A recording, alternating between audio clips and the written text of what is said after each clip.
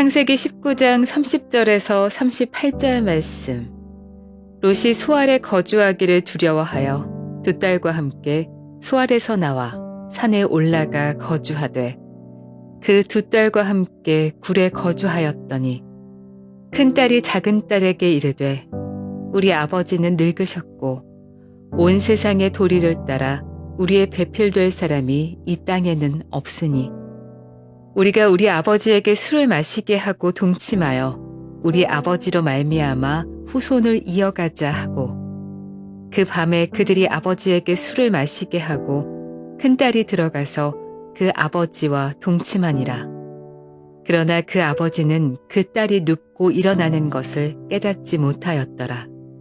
이튿날 큰딸이 작은 딸에게 이르되 어젯밤에는 내가 우리 아버지와 동침하였으니 오늘 밤에도 우리가 아버지에게 술을 마시게 하고 내가 들어가 동침하고 우리가 아버지로 말미암아 후손을 이어가자 하고 그 밤에도 그들이 아버지에게 술을 마시게 하고 작은 딸이 일어나 아버지와 동침하니라. 그러나 아버지는 그 딸이 눕고 일어나는 것을 깨닫지 못하였더라. 롯의 두 딸이 아버지로 말미암아 임신하고 큰 딸은 아들을 낳아 이름을 모압이라 하였으니 오늘날 모압의 조상이요 작은 딸도 아들을 낳아 이름을 베남미라 하였으니 오늘날 암몬 자손의 조상이었더라. 샬롬. 오늘도 하나님의 말씀으로 하루를 시작하시는 여러분들에게 하나님의 은혜와 평강이 충만하게 넘치시기를 간절히 축복합니다. 2025년 2월 20일 우리 창세기 19장 30절에서 38절 말씀을 가지고 말씀의 기준을 따라가라 라는 제목을 함께 말씀 나누도록 하겠습니다. 한 등산객이 깊은 산속을 탐험하다가 그만 길을 잃어버리게 됐습니다. 그는 나침반을 가져왔지만 오랜 시간 등산을 해왔던 경험이 있기 때문에 자신의 감각과 느낌대로 길을 찾으려고 했습니다. 사람의 인지는 한계가 있기 때문에 그는 점점 더 깊은 숲속으로 들어가게 됐고 나중에는 어디로 가야 할지 혼란에 빠지고 말았습니다. 여러분, 기준이 중요하다는 거예요. 기준이 분명하지 않으면 우리는 삶의 방향을 잃고 잘못된 방향으로 나아가게 되고 결국 잘못된 선택을 통한 비극적인 결과를 가져오게 되는 것이죠. 무엇을 붙들고 살아가는가, 무엇을 추구하면서 살아가는가가 참 중요하다는 것입니다. 오늘 본문에는 기준이 분명하지 않은 사람 롯이 등장합니다. 롯은 창세기 12장부터 뭔가 애매한 사람이었어요. 창세기 12장 4절에는 아브라함이 여호와의 말씀을 따라갈 때 롯은 그와 함께 갔고 소돔과 고모라를 떠날 때 어제 모습에 머뭇거리며 지체했던 그 모습이 등장하죠. 성경에서 그래서 롯은 신앙의 애매모호함을 상징하는 그런 사람입니다. 창세기는 그의 신앙을 분명하게 정의하지 않습니다. 그러나 오늘 이 본문을 통해서 그의 신앙의 본질이 드러나기 때문에 우리가 알 수 있는 것이죠. 기준 없이 머뭇거리고 세상과 타협한 신앙이 결국 자신뿐 아니라 자녀들과 후손들에게까지 어떤 영향을 미치는지, 어떤 결과를 가져오는지 보여주고 있는 것이죠. 오늘 말씀을 통해서 우리 크게 두 가지 한번 함께 나누고 살펴보도록 하겠습니다. 첫 번째로 우리가 기억해야 될 것은 말씀의 기준을 따르지 않으면 자녀들이 세상의 도리를 따라간다라는 것입니다. 롯은 자신이 살던 소돔과 고모라가 멸망하는 걸 직접 봤죠. 불과 유황이 쏟아져서 사람들이 절규하며 죽어가는 광경을 봤습니다. 사람이 그런 충격적인 일을 겪으면 더군다나 뭐 때문에 그런 거예요. 죄 때문에 이 도시가 망할 정도면 하나님을 더욱 의지하는 삶을 선택해야 되는데 그냥 단지 두려움에 사로잡혔죠. 30절 말씀 우리 같이 읽겠습니다. 롯이 소알에 거주하기를 두려워하여 두 딸과 함께 소알에서 나와서 산에 올라가 거주하되 그 두 딸과 함께 굴에 거주하였더니, 소알은 하나님께서 20에서 21절에 안전하게 지켜주겠다고 약속하신 성읍이었어요.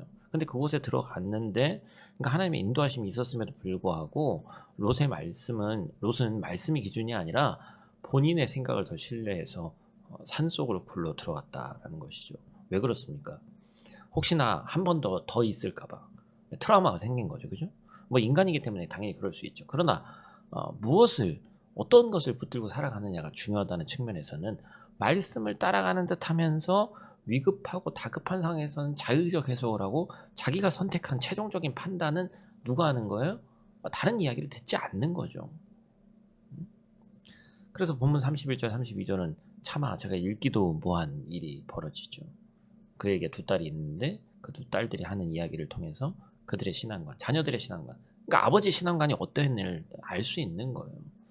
이제 아버지는 늙었고 우리의 배필이 될 사람, 다시 말하면 자녀를 허락할 사람이었기 때문에 중요한 선택을 해야 된다. 참 너무나도 참담한 일이 벌어진 것이죠. 결국에 아버지에게 술을 먹어서 동침하지 않습니까? 상상할 수 없는 소위 근친상간이 이루어졌어요. 그 결정의 기준이 뭐냐는 거예요. 31절 말씀. 큰딸이 작은딸에게 이르되 우리 아버지는 늙으셨고 온 세상의 도리를 따라 우리의 배필된 사람이 이 땅에 없다.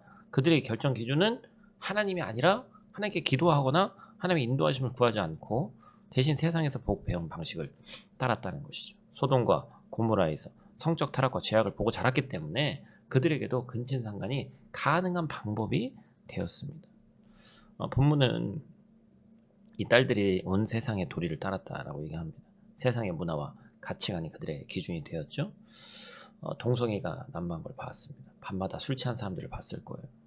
너무나 타락한 세상에서 그냥 있는 대로 경험한 대로 선택하고 말았습니다. 여러분, 우리의 자녀는 어떻게 키울 거예요?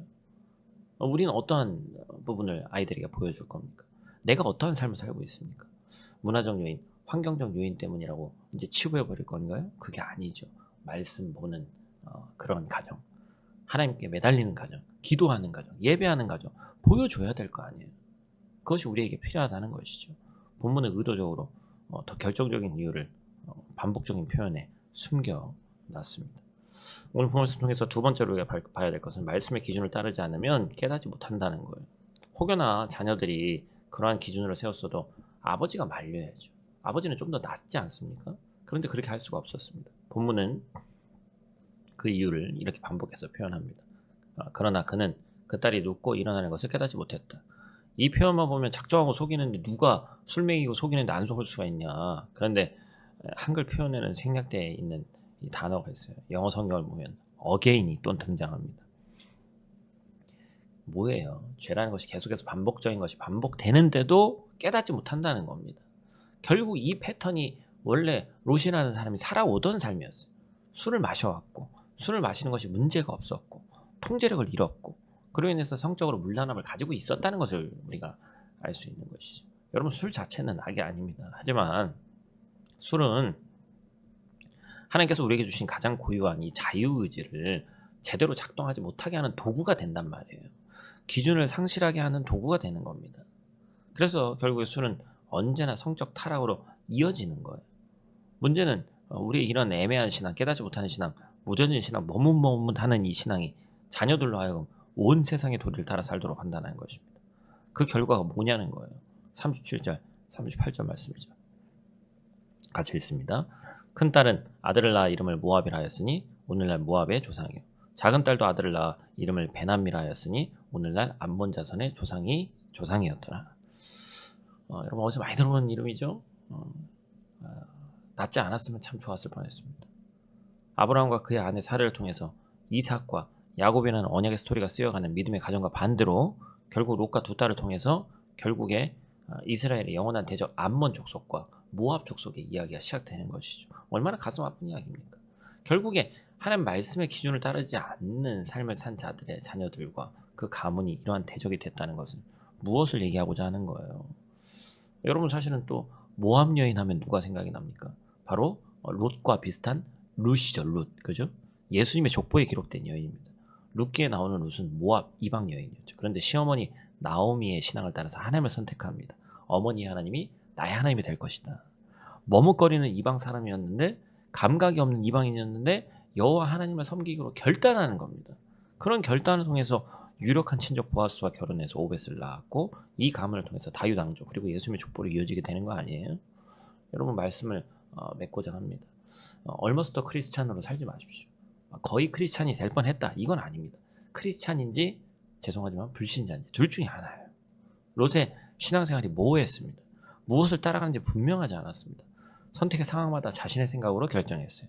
삼촌이 믿음의 조상 아브라함인데 롯의 마지막은 너무나도 비참했습니다. 그런데 룻은 분명하고 선명했습니다.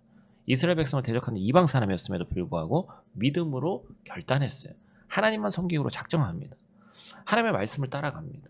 그때 하나님께서 그 가문을 세우시고 회복시켜 주시는 거예요. 오늘도 머뭇거리는 성도들에게 권면합니다. 머뭇거리지 마십시오. 오직 말씀의 기준을 따라 선택하고 결정하고 따르기를 축복합니다. 아브라함처럼 룻처럼 하나님을 선택해서 여러분의 자녀와 가문이 그리스도 예수의 믿음의 축복의 가문 되기를 간절히 축복합니다. 우리 다 같이 있는 자리에서 기도하고 마치도록 하겠습니다. 사랑과 은혜가 충만하신 아버지 하나님, 오늘도 우리를 주님의 거룩한 말씀 앞에 불러주시니 감사를 드립니다. 창세기 19장 롯의 삶과 그의 선택에 남긴 교훈을 이 시간 우리가 새기기를 원합니다. 우리가 오직 말씀이 우리 삶의 기준 되게 하여 주시옵소서. 때때로 우리의 생각과 감정이 너무나도 앞서서 주님의 말씀을 놓칠 때가 있음을 고백합니다.